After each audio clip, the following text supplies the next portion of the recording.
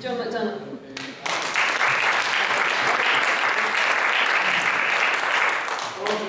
Let's just start the discussion off. I've got to leave at 8 o'clock because there's a vote on tuition fees at 10 o'clock, so I need to get back to the Commons. And I do it with delight because I want to watch Labour MPs voting against tuition fees. It's been a long while coming, so I just want to be there. If I can sum up this debate so far, because we've gone around this circle quite a number of times now, and the question is basically, can we move Labour to the left? And that is associated with the question, is there an alternative here, isn't there? And we always go around this same old circle, because the dilemma that we've got is that, as everyone has evidenced tonight, particularly in recent years, to be frank, the Labour Party screwed us, hasn't it, really, every time. In the last Labour government was little short of disgrace. It's been evidenced tonight by example. And the problem that we've got is that every other attempt to form an alternative to the left of Labour has electorally failed. Yeah. And that's the reality, that's the dilemma we're all facing, isn't it, really? We're members of a party or voted for a party or affiliated through our trade unions or some way associated with a party that's actually let us down so badly in recent years in particular. But there isn't an electoral alternative to go to. And that's the dilemma that we've got. So the discussion tonight is what do we do about it? And if we just sum up some of the discussion, what Maria was saying, if I just trace here, is the first thing is we learn the lessons of what went, at least let's learn the lessons of what went wrong under New Labour. What Owen was saying quite clearly is doing a critique of existing government policy and then setting out an alternative, a radical alternative that most of us have signed up to over the periods straightforwardly as well. What Len was saying, and we've had this discussion in private and in public, basically, the message is we need to fight within the Labour Party through the trade unions to change it. But the underlying message of that last sequence of what Len was saying, and this is what he said privately and publicly, is actually this is the last chance, really. This is most probably the last chance for the Labour Party, because if it is elected this time round, and again we go through the same failings, or we destroy the confidence of working class people in the party, we split ourselves in the trade unions by alienating them, it won't be a Labour government that way. It would be called a Labour government, and it won't survive as a party either. And I think that's the last chance saloon.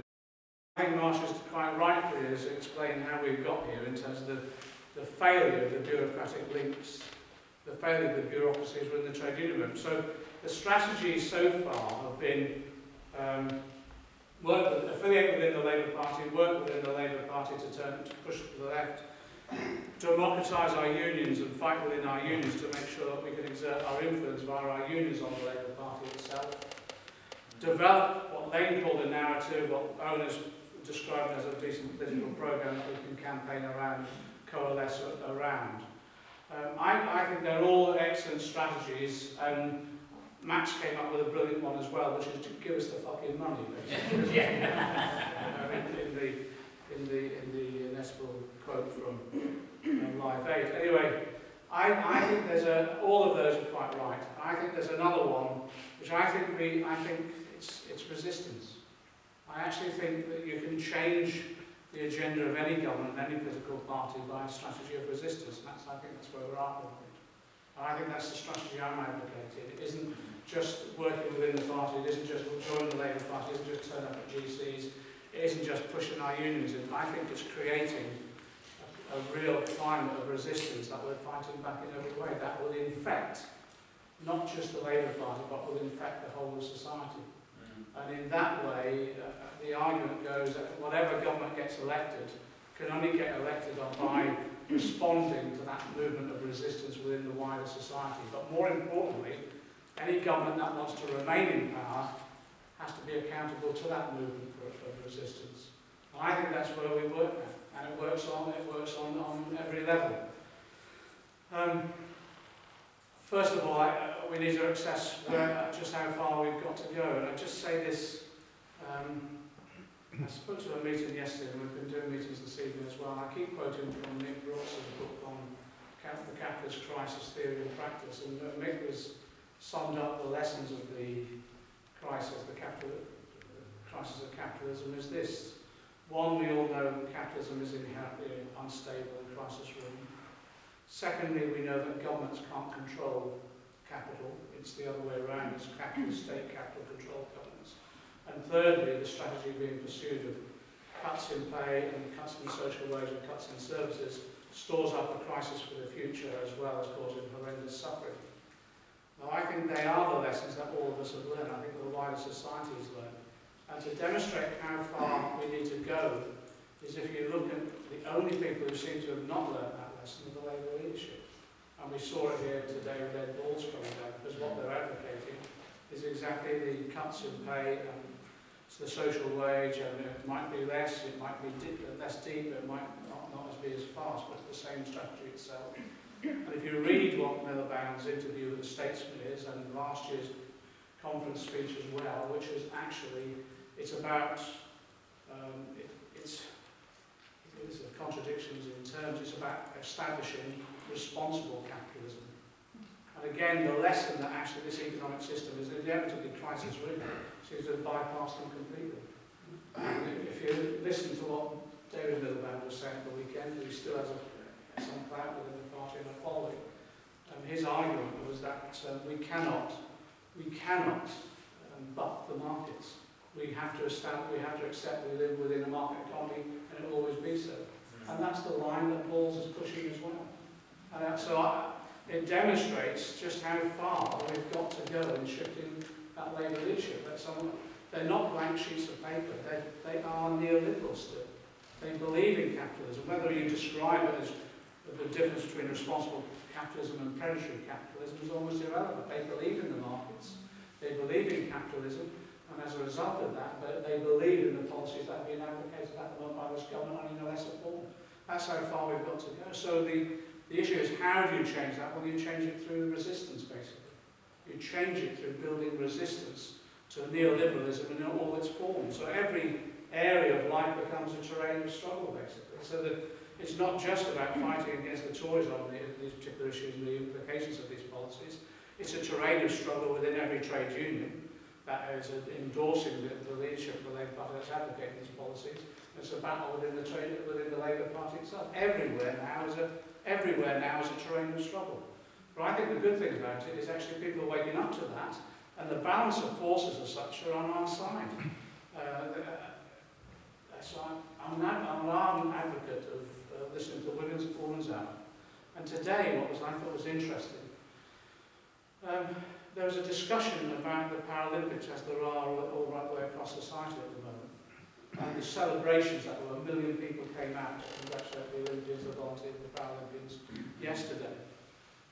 What was interesting about the discussion on Women's Hour, it went into Paralympians themselves, with other activists, explaining that they wouldn't have got there without DLA. Actually, on Women's Hour, people say we supported the demonstrations last week against Atos. Quite remarkable. And what the Tories were frightened of yesterday, with 1 million people turning up, was actually what the Olympics demonstrated, and all those volunteers and others, was an act of real social solidarity, people coming together. And those volunteers volunteered as an act of social solidarity. They were genuine volunteers, they weren't out to get anything themselves. It was genuine altruism, working together as a community. And what they're terrified of is that, for example, some of those volunteers and others now turn around and actually say, yeah, I agree.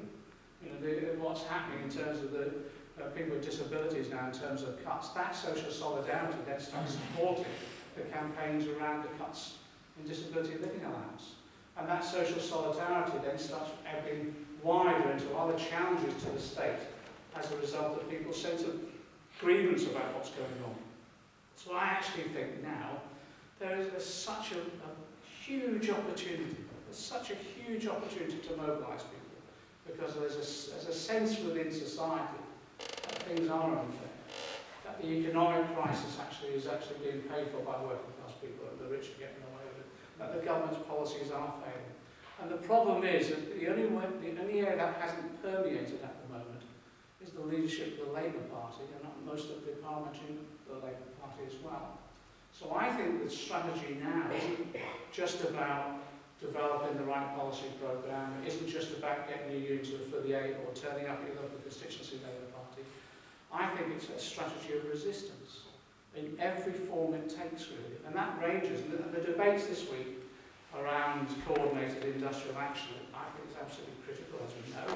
It means mobilising people in October, but it does mean that we've now got to fight the bureaucracies with our own individual unions now to translate the decisions of this week into real concrete activities in terms of industrial action. And that means a fight on every front. I'll just give you one example. The meeting I did earlier tonight was around health and safety. And what's happened on health and safety? As you know, the announcement yesterday is that they are literally going to rip up health and safety legislation, or the inspection regime will go. And it means basically they've put Fallon into the biz department to mind cable, but he will be leading on this deregulation of all health and safety. It will mean people's lives and their safety will be put at risk. Now, I think we're in a situation that it's taken us back to the pre-Second World War. So in addition to the coordinated action around pay, I think we're going to be in a situation where groups of workers now will have to come out because they're not living and working in a safe environment anymore. Their lives and their limbs are at risk, so they'll be coming out. So we'll be mobilising, not just on the front of pay, we'll be mobilising also in terms of health and safety. We'll be mobilising on a whole range of fronts. And I don't think it'll just be coordinated industrial action. I actually think that the sense of direct action hasn't gone away. I think people are willing to take action. We've got demonstrations now in my area against the threat to the accident and emergency, not in my community, but next door. Yet people in my community are still mobilised to go on the demonstration because they know they'll come for us eventually, and that's beginning to happen right the way across the piece. And it isn't just about groups of people either. You know, we've talked about UK Uncut, the disability movement now is flourishing in a way we've never seen before. But I think also getting down to that individual protest as well. It's almost that we've got to a Tiananmen Square movement, that moment where someone just stands in front of the tank and says, it's not fair, I'm not standing up for this anymore. I think we've got individuals now willing to get up, as they did on Women's Hour today, unprompted, and said, this is unfair and this is wrong, and I'm not going to take it anymore. So I think where we're at now is not just the need to affiliate to the Labour Party, isn't just the need to get our unions more involved in the Labour Party, isn't just a matter of turning up the GCs and all the rest of it, preparing the right political programme. All that has to happen. But I think there's possibly also a fruitful way of pushing Labour to the left is to create that resistance movement right the way across the piece, working with everybody, working with anyone who wants to resist in any form whatsoever, whether it's working on the streets in direct action, the occupations, whether it's the squatters movement, whether it's people with disabilities chaining themselves into Trafalgar Square, or whether it's artists using their cultural creativity to protest. That's the resistance that we need to build up. And in that way, there will be an acknowledgement by individual MPs and leaderships and parties that actually that the old solutions aren't going to work, because people aren't willing to tolerate them. And any government that tries to introduce them again will be brought down in the same way that this government will be brought down. So this is a discussion rather than a rant, because I think we need to be almost clinical in the way that we decide now how we're going to use our resources. And I think part of that is recognising a personal responsibility on each one of us now to resist in whatever form we possibly can, through whatever organisation we possibly can, and also actually whether it's legal or not becomes irrelevant. The most important thing, is it effective in bringing this government down? And is it effective in terms of making sure that we put a government in place that doesn't repeat the mistakes of the past, but actually has a radical programme advocated by others that we signed up to, but also recognises it's accountable once it's in government. Once you bring one government down, you send a message to future governments that if they go the same path, we can take them down. That's where we're at. Yeah. I think that's an exciting opportunity, an exciting moment. It isn't just within, I think, halls like this. I think it's happening right the way across society as well.